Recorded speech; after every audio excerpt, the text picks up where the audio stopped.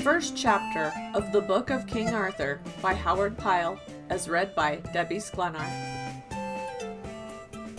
How Sir Kay did combat in a great tournament at London town, and of how he brake his sword. Likewise, how Arthur found a new sword for him, of Sir Ector, the trustworthy knight.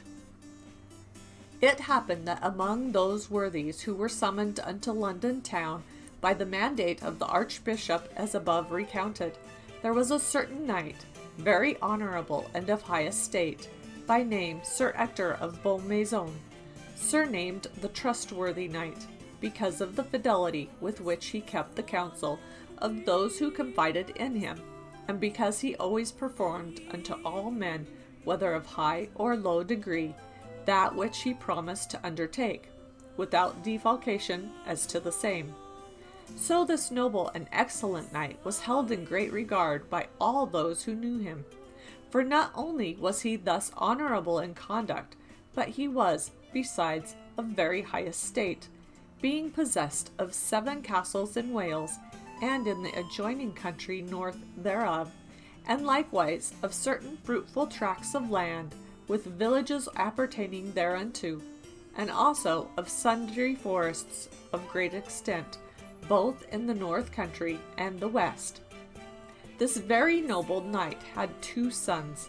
The elder of these was Sir Kay, a young knight of great valor and promise, and already well renowned in the courts of chivalry, because of several very honorable deeds of worthy achievement in arms which he had performed. The other was a young lad of 18 years of age, by name Arthur, who at that time was serving with good repute as Sir Kay's esquire at arms. Now when Sir Ector of Beaumaison received by messenger the mandate of the Archbishop, he immediately summoned these 2 sons unto him, and bade them to prepare straightway for to go with him to London town. And they did so. And in the same manner he bade a great number of retainers and esquires and pages for to make them ready, and they likewise did so. Thus, with a very considerable array at arms, and with great show of circumstance, Sir Ector of Beaumaison betook his way unto London town, in obedience to the commands of the Archbishop. So, when he had come thither, he took up his inn in a certain field, where many other noble knights and puissant lords had already established themselves. And there he set up a very fair pavilion of green silk, and erected his banner, emblazoned with the device of his house, to wit, a griffin, black, upon a field of green. And upon this field were a great multitude of other pavilions of many different colors, and over above each pavilion was the pennant and the banner of that puissant lord to whom the pavilion belonged. Wherefore, because of the multitude of these pennants and banners, the sky was at places well nigh hidden with the gaudy colors of the fluttering flags. Among the great lords who had come thither in pursuance to the Archbishop's summons were many very famous kings and queens and noblemen of high degree. For there was Lot of Orkney, who had taken to wife a stepdaughter of Uther Pendragon, and there was King Uriens of Gore, who had taken to wife another stepdaughter of that great king. And there was King Ban, and King Bors, and King Rience, and King Leo de Grance, and many others of like degree, for there were no less than 12 kings and 7 dukes, so that, what with their court of lords and ladies and esquires and pages in attendance, the town of London had hardly ever seen the like before that day. The Archbishop declares a tournament. Now the Archbishop of Canterbury, having in mind the extraordinary state of the occasion that had brought so many kings and dukes and high lords unto that adventure of the sword and the anvil, had commanded that there should be a very stately and noble tournament proclaimed. Likewise, he commanded that this contest at arms should be held in a certain field nigh to the great cathedral, 3 days before that assay should be made of the sword and the anvil, which same was to be undertaken, as aforesaid, upon Christmas Day. To this tournament were bidden all knights who were of sufficient birth, condition, and quality for to fit them to take part therein. Accordingly, very many exalted knights made application for admission, and that in such numbers that 3 heralds were kept very busy looking into their pretensions unto the right of battle. For these heralds examined the escutcheons and the rolls of lineage of all applicants with great care and circumspection. Sir Kay asks permission to attend the tournament. Now when Sir Kay received news of this tournament, he went to where his father was, and when he stood before his face, he spake in this wise: Sire, being thy son, and of such very high condition, both as to birth and estate, as I have inherited from thee, I find that I have an extraordinary desire to imperil my body in this tourney. Accordingly, if so be, I may approve my quality as to knighthood before this college of heralds, it will maybe be to thy great honor and credit, and to the honor and credit of our house, if I should undertake this adventure. Wherefore, I do crave thy leave to do as I have a mind. Unto these Sir Ector made reply: My son, thou hast my leave for to enter this honorable contest, and I do hope that God will give thee a great deal of strength, and likewise such grace of spirit that thou mayst achieve honor to thyself, and credit to us who are of thy blood. So Sir Kay departed with very great joy, and immediately went to that congress of heralds, and submitted his pretensions unto them. And, after they had duly examined into his claims to knighthood, they entered his name as a knight contestant according to his desire. And at this Sir Kay was filled with great content and joy of heart. So, when his name had been enrolled upon the list of combatants, Sir Kay chose his young brother Arthur for to be his esquire at arms, and to carry his spear and pennant before him into the field of battle. And Arthur was also made exceedingly glad because of the honor that had befallen him and his brother. Now, the day having arrived when this tourney was to be held, a very huge concourse of people gathered together to witness that noble and courtly assault at arms. For at that time London was, as aforesaid, extraordinarily full of nobility and knighthood, wherefore it was reckoned that not less than 20,000 lords and ladies, besides those 12 kings and their courts and 7 dukes and their courts, were assembled in the list circumadjacent to the field of battle for to witness the performance of those chosen knights. And those noble people sat so close together, and so filled the seats and benches assigned to them, that it appeared as though an entirely solid wall of human souls surrounded that meadow where the battle was to be fought. And indeed, any knight might well be moved to do his uttermost upon such a great occasion, with the eyes of so many beautiful dames and noble lords gazing upon his performances. Wherefore, the hearts of all the knights attendant were greatly expanded with emulation to overturn their enemies into the dust. In the center of this wonderful court of lords and ladies there was erected the stall and the throne of the Lord Archbishop himself. Above the throne was a canopy of purple cloth, emblazoned with silver lilies, and the throne itself was hung all about with purple cloth of velvet, embroidered alternately with the figure of St. George in gold, and with the silver crosses of St. George surrounded by golden halos. Here the Lord Archbishop himself sat in great estate and pomp, being surrounded by a very exalted court of clerks of high degree, and also of knights of honorable estate, so that all that center of the field glistered with the splendor of gold and silver embroidery, and was made beautiful by various colors of rich apparel, and bright with fine armor of excellent workmanship. And indeed, such was the stateliness of all these circumstances, that very few who were there had ever seen so noble a preparation for battle as that which they then beheld. Now, when all that great assembly were in their places, and everything had been prepared in due wise, a herald came and stood forth before the installed throne of the archbishop, and blew a very strong, loud blast upon a trumpet.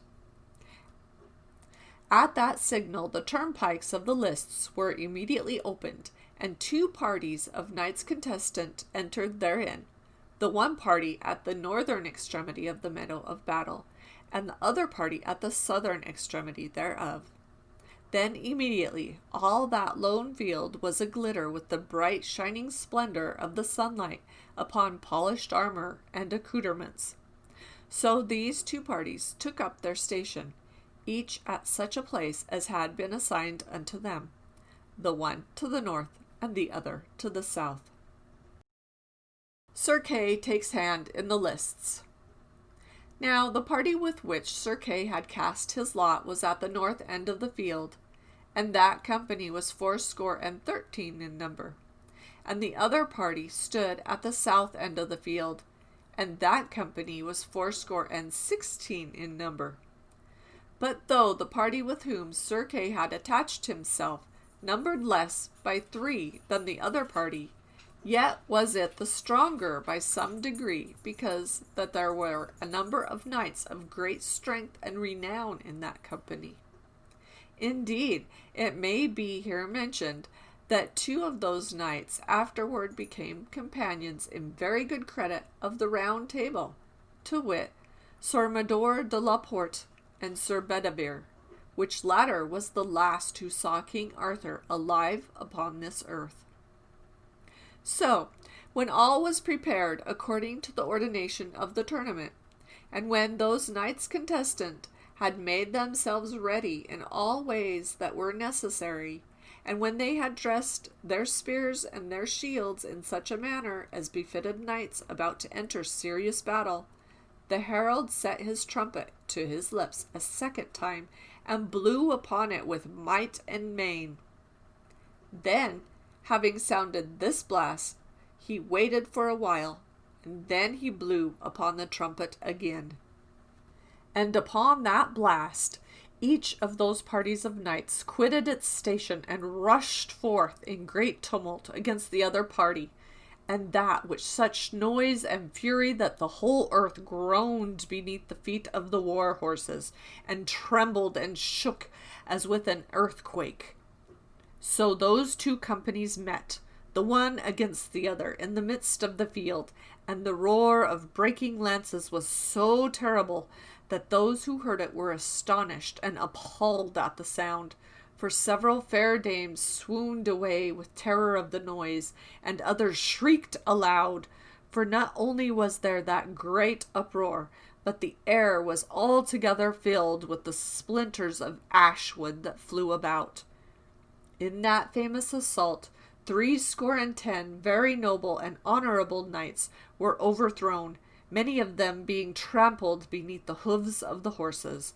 Wherefore, when the 2 companies withdrew in retreat, each to his station, the ground was beheld to be covered all over with broken fragments of lances, and with cantels of armor, and many knights were seen to be woefully lying in the midst of all that wreck. And some of these champions strove to arise, and could not, while others lay altogether quiet, as though in death. To these ran divers esquires and pages in great numbers, and lifted up the fallen men, and bare them away to places of safe harborage. And likewise attendants ran and gathered up the cantels of armor and the broken spears, and bare them away to the barriers, so that by and by the field was altogether cleared once more.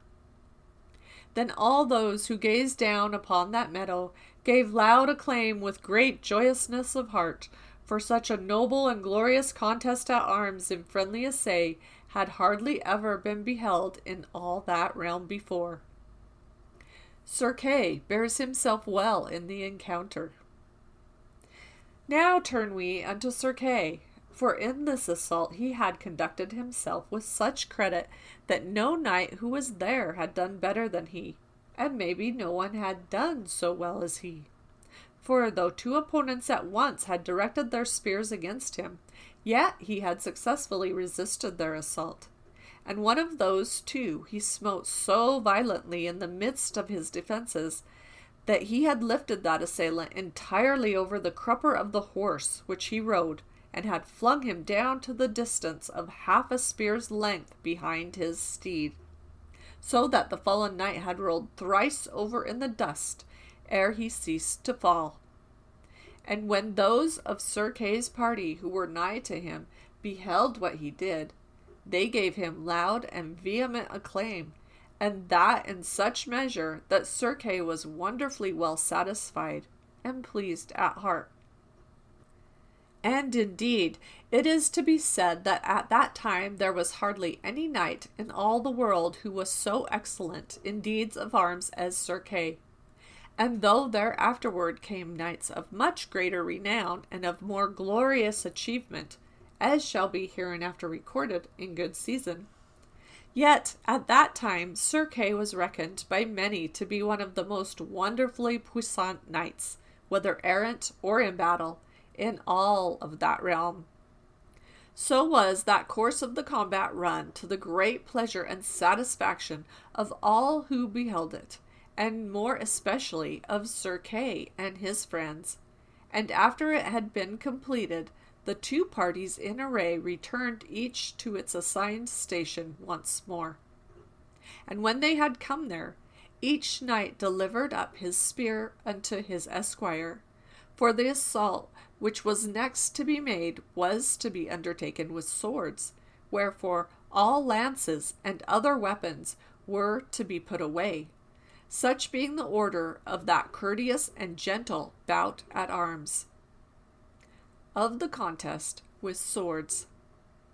Accordingly, when the herald again blew his trumpet, each knight drew his weapon with such readiness for battle that there was a great splendor of blades all flashing in the air at once. And when the herald blew a second time, each party pushed forward to the contest with great nobleness of heart and eagerness of spirit, every knight being moved with intent to engage his opponent with all the might and main that lay in him. Then immediately began so fierce a battle that if those knights had been very enemies of long standing instead of friendly contestants, the blows which they delivered the one upon the other could not have been more vehement as to strength or more astonishing to gaze upon. And in this affair likewise Sir Kay approved himself to be so extraordinary a champion that his like was nowhere to be seen in all that field, for he violently smote down 5 knights, the one after the other, ere he was stayed in his advance. Wherefore, beholding him to be doing work of such a sort, several of the knights of the other party endeavored to come at him, with intent to meet him in his advance. Amongst these there was a certain knight, hight Sir Balamorgineus, who was so huge of frame that he rode head and shoulders above any other knight, and he was possessed of such extraordinary strength that it was believed that he could successfully withstand the assault of 3 ordinary knights at one time. Wherefore, when this knight beheld the work that Sir Kay did, he cried out to him, "Ho, ho, Sir Knight of the Black Griffin, turn thou hitherward, and do a battle with me." Sir Kay contests with Sir Balamorgineus. Now, when Sir Kay beheld Sir Balamorgineus to be minded to come against him in that wise, very threateningly, and minded to do him battle, he turned him toward his enemy with great cheerfulness of spirit. For at that time Sir Kay was very full of youthful fire, and reckoned nothing of assaulting any enemy who might demand battle of him. So it was at that time. But it after befell, when he became seneschal, and when other and mightier knights appeared at the court of the king, that he would sometimes avoid an encounter with such a knight as Sir Launcelot, or Sir Pelleas, or Sir Marhaus, or Sir Gawain, if he might do so with credit to his honor. So, being very full of the spirit of youth, he turned him with great lustiness of heart, altogether inflamed with the eagerness and fury of battle, and he cried out in a great voice, Very well, I will do battle with thee, and I will cast thee down like thy fellows. And therewith he smote with wonderful fierceness at Sir Balamorgineus, and that with all his might. And Sir Balamorgineus received the stroke upon his helmet, and was altogether bewildered by the fury thereof, for he had never felt its like before that time. Wherefore his brains swam so light that it was necessary for him to hold to the horn of his saddle to save himself from falling. Sir Kay breaketh his sword. But it was a great pity for Sir Kay that, with the fierceness of the blow, his sword blade snapped short at the haft, flying so high in the air that it appeared to overtop the turrets of the cathedrals in its flight. Yet so it happened, and thus it befell that Sir Kay was left without any weapon. Yet it was thought that, because of that stroke, he had Sir Balamorgineus entirely at his mercy, and that if he could have struck another blow with his sword, he might easily have overcome him. But as it was, Sir Balamorgineus presently so far recovered himself that he perceived his enemy to be altogether at his mercy. Wherefore, being filled beyond measure with rage because of the blow he had received, he pushed against Sir Kay with intent to smite him down in a violent assault. In this pass, it would maybe have gone very ill with Sir Kay, but that 3 of his companions in arms, perceiving the extreme peril in which he lay, thrust in betwixt him and Sir Balamorgineus, with intent to take upon themselves the assault of that night, and so to save Sir Kay from overthrow. This they did with such success that Sir Kay was able to push out from the press and to escape to the barriers without suffering any further harm at the hands of his enemies. Sir Kay bids Arthur get him a sword. Now when he reached the barrier, his esquire, young Arthur, came running to him with a goblet of spiced wine. And Sir Kay opened the umbril of his helmet for to drink, for he was athirst beyond measure. And lo, his face was all covered over with blood and sweat, and he was so adraught with battle that his tongue clave to the roof of his mouth, and he could not speak. But when he had drunk of the draught that Arthur gave him, his tongue was loosened, and he cried out to the young man in a loud and violent voice, Ho, ho, brother, get me another sword for to do battle, for I am assuredly winning for our house much glory this day. And Arthur said, Where shall I get thee a sword? And Kay said, Make haste unto our father's pavilion, and fetch me thence another sword, for this which I have is broken.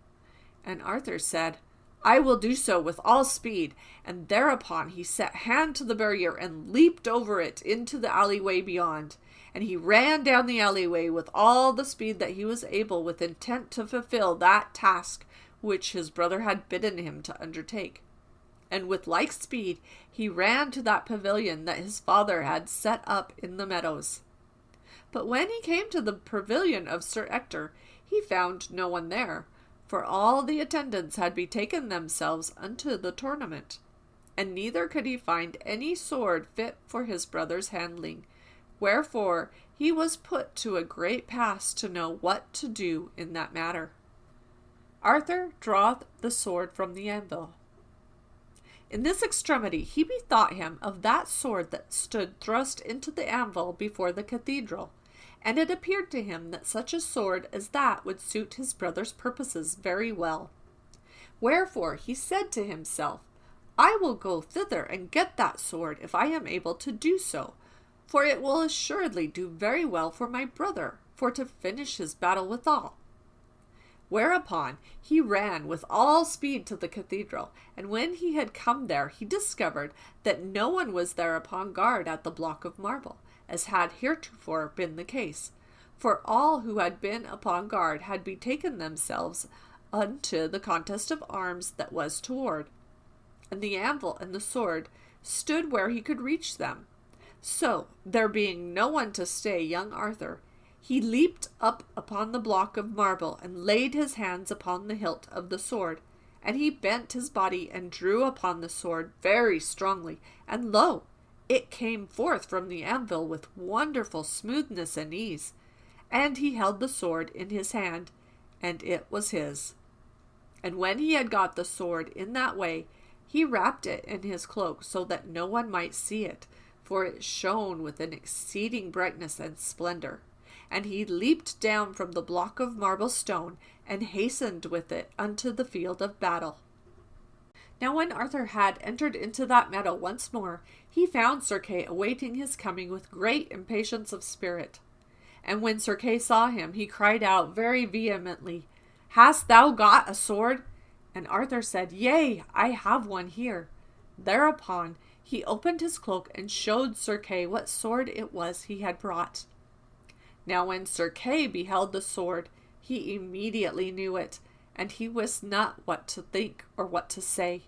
Wherefore he stood for a while, like one turned into a stone, looking upon that sword. Then in a while he said, in a very strange voice, Where got ye that sword? And Arthur looked upon his brother, and he beheld that his countenance was greatly disturbed, and that his face was altogether as white as wax. And he said, Brother, what ails thee that thou lookest so strangely? I will tell the entire truth. I could find no sword in our father's pavilion. Wherefore I bethought me of that sword that stood in the anvil upon the marble cube before the cathedral. So I went thither, and made essay for to draw it forth, and it came forth with wonderful ease. So when I had drawn it out, I wrapped it in my cloak, and brought it hither unto thee, as thou beholdest. Sir Kay keepeth the sword for his own.